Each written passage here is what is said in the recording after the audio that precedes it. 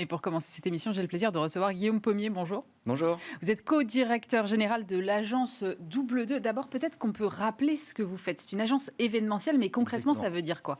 C'est une agence événementielle qui est sur le marché depuis un peu plus d'une vingtaine d'années. Il y a une dizaine d'années, les fondateurs ont décidé de diversifier un peu le modèle, c'est-à-dire de faire de l'événementiel plutôt des contenus. Moi, je suis arrivé il y a 2 ans pour accélérer, entre guillemets, la diversification du modèle et travailler sur une proposition qui vient en complément des médias et qui vise à utiliser l'expérience et l'événementiel pour faire du social, pour faire du contenu, pour faire des PR et pour faire de l'influence. Voilà. Alors, j'ai lu. Double 2 vise à transformer toute surface en médias et quiconque en canal d'amplification. Est-ce que vous pouvez m'expliquer? C'est un peu ça l'idée, c'est on vit dans un écosystème où le contenu est partout, où la diversification des canaux fait qu'aussi quand on est annonceur, c'est de plus en plus difficile d'être partout intelligemment en médias. Et on pense, c'est un grand trait philosophique, que l'expérience, l'événement, bien pensé au bon endroit, sur le bon support, a la capacité à créer autant de résonance que ce que peut faire le média. C'est-à-dire, on a pour ambition de faire que vous, moi, demain, par accident, vous tombez sur un lieu où il se passe une expérience incroyable et que, comme vous vivez, comme nous tous, avec votre téléphone portable dans la main, eh ben, vous allez en faire un contenu, vous allez nous permettre à la marque d'être diffusée et vous allez la permettre à une marque, à une expérience physique de devenir conversationnelle. Pendant longtemps, pour les marques, quand même, tout ce qui était événementiel, c'était essentiellement du corpo, c'était des séminaires, c'était des conventions. Qu'est-ce qu'il en est de ce marché-là aujourd'hui? Vous me décrivez quelque chose de complètement différent. Ouais, c'est un marché qui a quand même énormément évolué. On a pour ambition, nous, effectivement, le corporate avait pris beaucoup de place dans le business model de la structure. On n'a pas vocation à diminuer le marché corporate. On a eu vocation à rééquilibrer la place du grand public dans le business model de l'agence. Et finalement, l'événement corporate, c'est un petit peu la même chose. La manière dont on l'aborde, c'est que on peut le penser avant tout comme un contenu, comme un objet de communication qui va servir la marque employeur, qui va servir l'engagement des équipes et qui peut devenir également un objet de communication pour les parties prenantes. Parce que même quand on est engagé dans une grosse société du CAC 40, on est aussi un consommateur de contenu, on est aussi un émetteur de contenu. Et si on pense bien l'objet corporate comme un diffuseur de messages et un amplificateur de messages, bah finalement la philosophie, elle ne change pas beaucoup. J'ai l'impression quand même que qu'aujourd'hui l'événementiel est quelque chose de beaucoup plus protéiforme. Donc on part d'un événement physique, mais on aboutit à du contenu et pourquoi pas d'autres choses. Comment vous définissiez, vous, les contours d'un événement aujourd'hui? C'est quoi un événement aujourd'hui? Ça fait beaucoup débat à l'agence parce que moi je viens pas du tout du secteur événementiel, je viens du secteur digital, marketing, je suis même passé par des médias. Et en fait... moi, dans ma philosophie plutôt éloignée à la base du métier de production, tout peut devenir événement. Et l'événement, c'est la capacité à finalement créer de l'éphémère qui dure, c'est-à-dire créer un momentum qui va permettre aux gens de sortir de leur quotidien, de percevoir les choses un petit peu différemment et puis ensuite de revenir à un parcours un petit peu plus traditionnel. On s'est un peu rejoint sur cette définition-là et donc en fait, il n'y a pas de limite pour moi à l'événementiel parce que on peut créer un événement effectivement physique parce que nous c'est notre cœur de métier parce qu'on vient de la production événementielle mais dans mes précédentes activités on crée des événements social média, on crée des événements éditoriaux donc moi mon sujet aujourd'hui c'est de l'élargir et de faire que l'événement n'est pas juste une expérience menée avec une ambition de production, d'installation et de momentum très opérationnel, mais que ça remonte dans la chaîne de valeur marketing. En fait. Est-ce que vous pourriez me donner un exemple d'une OP que vous avez menée récemment, par exemple pour on en a fait quelques-unes qui sont exactement sur ce modèle-là, c'est-à-dire que, alors je vais vous parler plutôt de grand public, mais qui visent à aborder une problématique de communication. On l'a fait pour le groupe Pernod Ricard et la marque Suze, par exemple.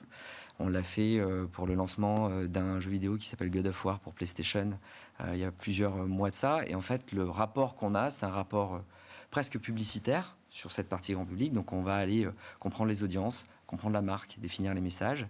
Et notre travail va être de le traduire via une histoire, mais qu'on raconte sur une expérience. Donc, ça mêlait du média, de l'activation, de l'influence et du contenu sur PlayStation. Et sur SUS, c'était quasiment du retail raconté différemment, puisqu'on a créé des bars éphémères, qu'on a incarné par des tendances assez locales et cool, comme le retour du PMU, du bar de quartier, etc., et qu'on a fait vivre à travers la France pour refaire découvrir le goût du produit et refaire vivre une expérience qui ne soit pas juste une expérience de consommation, mais qui soit une expérience de marque. Si je vous entends bien, finalement, un événement, ce n'est pas forcément quelque chose de spectaculaire. C'est un des leviers de l'événement pour devenir discuter, pour devenir communautaire et pour devenir social. C'est historiquement ce que les grandes agences grand public ont construit, c'est comme ça qu'elles l'ont traité. C'est aussi un des gros traits patrimoniaux de Double 2. Mais on peut le traiter aujourd'hui aussi un peu différemment, et même si le spectaculaire est un des leviers, il y a plein d'autres leviers comme la justesse culturelle, comme le traitement graphique qui peut juste être beau sans être spectaculaire, impactant sans être immense, qui fait qu'on a un terrain de jeu qui s'est énormément élargi. Et le digital offre une caisse de résonance, j'imagine, beaucoup plus grande, parce qu'on n'est plus obligé de se déplacer quelque part sur un événement pour pouvoir y prendre part d'une façon ou d'une autre, si je comprends bien. Oui, on aime bien se dire que notre événement, notre expérience, elle est réussie quand les gens qui l'ont croisé y ont participé et sont sortis avec des étoiles dans les yeux, et quand les gens qui l'ont vu sur les réseaux sociaux ont eu envie de se déplacer ou ont été envieux des gens qui ont vécu l'expérience. Donc c'est effectivement une caisse de résonance, mais c'est aussi une petite part de l'expérience qui est vécue à distance, on va dire. Quels sont les KPI que regardent vos clients sur cette typologie de contenu ? Il y en a plusieurs. Et l'avantage aussi, c'est que le social, la conversation, le digital font partie des KPI de l'événement aujourd'hui. Donc on va avoir des KPI assez traditionnels dont tout le monde a entendu parler, comme le earned media, donc la valeur média de ce qu'on a généré comme conversation et comme visibilité. Mais on est également capable aujourd'hui de mesurer les discussions qui ont été générées, la part de voix, est-ce qu'il y a des pics de part de voix qui sont générés autour de la marque. On l'a vu sur des événements auxquels on s'est associé, comme le GP Explorer pour un de nos clients qui s'appelle Cupra, où en fait le jour du GP Explorer, on a des pics de requêtes sur Google autour de la marque. Et donc on peut associer aujourd'hui à des événements physiques des KPI plus communicationnels, voire même business, lorsqu'on est sur des activations, je vous parlais de Pernod tout à l'heure, où on est capable de mesurer le pic de vente, la diversification des produits et le retour du produit dans la consommation des gens, etc. Vous êtes, alors je sais que vous ne pouvez pas trop en parler, mais vous êtes impliqué dans l'organisation de la cérémonie d'ouverture des JO. Qu'est-ce que ça représente pour une agence comme la vôtre d'être associée à un événement d'une telle ampleur ? Beaucoup de choses. Ça représente énormément de fierté pour nous, mais aussi pour les équipes qui sont adossées à cet événement, parce que je pense que une opportunité comme celle-ci, d'être associé intellectuellement et en production à ce type d'événement, ça arrive une fois dans une vie d'entreprise. Donc c'est un gros sujet de fierté. C'est aussi d'un point de vue beaucoup plus pragmatique un outil de séduction dans le recrutement, dans la capacité à faire venir des talents. Et on l'espère, ce sera un héritage pour les gens qui sont aujourd'hui en train de perfectionner, entre guillemets, leur art sur ce projet et sur tous les aspects de production de ce projet. Et également pour l'agence, parce que au-delà d'avoir le tampon, finalement, on l'a fait, c'est aussi un savoir-faire qu'on va essayer de redévelopper, de retravailler et de faire perdurer dans le temps. On est sorti d'une crise Covid où vraiment le secteur était vraiment très très mal. Aujourd'hui, on a l'impression que tous les regards sont justement portés sur les JO. Quel est réellement l'état du marché aujourd'hui ? Est-ce qu'il y a de la place pour d'autres choses que les JO déjà, pour commencer ? Et comment ça s'est repris finalement ? Le marché, il est très dynamique. Alors si je parle de l'événementiel, il est très dynamique. Moi, je suis arrivé après finalement le Covid dans ce marché. Je l'ai découvert sur sa phase de relance. Il est très dynamisé par l'actualité sportive. On a eu le rugby l'année dernière, on a les JO. Il est très dynamisé par le Covid, je pense. Alors ça, c'est plutôt une conviction. C'est que le cloisonnement qu'a généré le Covid a réallumé la flamme du besoin de vivre des choses ensemble et de l'expérience. J'ai le sentiment que les marques aussi l'ont compris, parce qu'on est dans un momentum aussi marketing d'inflation média. Je parlais de la diversification des canaux digitaux et du volume de contenu. On a un sujet d'attention, de capacité en tant que marque à capter l'attention. Et je pense deux choses. Je pense que les marques reviennent sur des stratégies expérientielles. On a des discussions aujourd'hui avec nos clients ou avec des prospects qui nous disent « je reviens sur de l'activité expérientielle parce que je pense que c'est le meilleur moyen de faire passer mon message ». Et oui, le média ne vient pas en concurrence de ça, mais est complémentaire.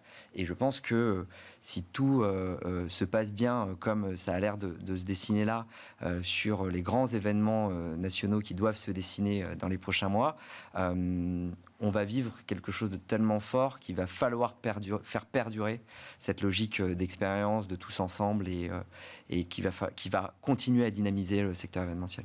C'est intéressant ce que vous dites sur la longévité et finalement comment on essaye de transformer un one-shot en long trend. Comment vous travaillez sur ces sujets-là? Parce qu'effectivement, quand vous faites une activation avec un client, une expérience à un temps donné sur un événement, comment derrière on capitalise sur le long terme? Il y a plein d'opportunités autour de ça et en fait, c'est des opportunités qui sont pas révolutionnaires, c'est des opportunités qui sont tirées des logiques publicitaires et de marque en fait. C'est-à-dire qu'on travaille la marque à travers un ensemble d'expériences ou une grosse expérience qui va vivre en social. Et en fait, c'est plutôt un sujet de cohérence et de vision long terme qu'un sujet de transformation du métier. Il faut juste l'aborder en accord et en co-création, entre guillemets, avec les décideurs marketing, pour que ça s'inscrive dans le temps et que ce soit pas juste pensé comme un lancement de produit ou une activation corporate pour faire vivre à un instant A, un moment tous ensemble avec les équipes. C'est pour ça que je vous parlais de contenu potentiellement. C'est qu'aujourd'hui on utilise par exemple sur le corporate l'événement comme un objet de création éditoriale. Et ça peut être soit un début d'histoire éditoriale, soit un milieu, soit une fin. Et puis derrière, ensuite, le fil, il est facile à tirer. On disait, vous avez donc en ligne de mire les JO qui arrivent bientôt. Vous avez le temps de penser à l'après? On essaye, mais ça c'est un peu la nécessité de l'entrepreneuriat, c'est qu'on doit penser hier, aujourd'hui, demain et dans 6 mois.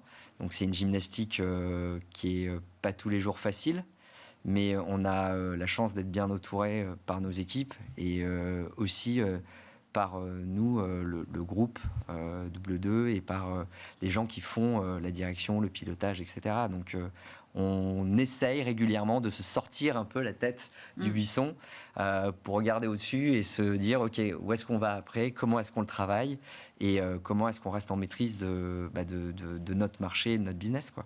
Merci beaucoup Guillaume Pommier. Je rappelle que vous êtes co-directeur général de l'agence W2. Merci à vous.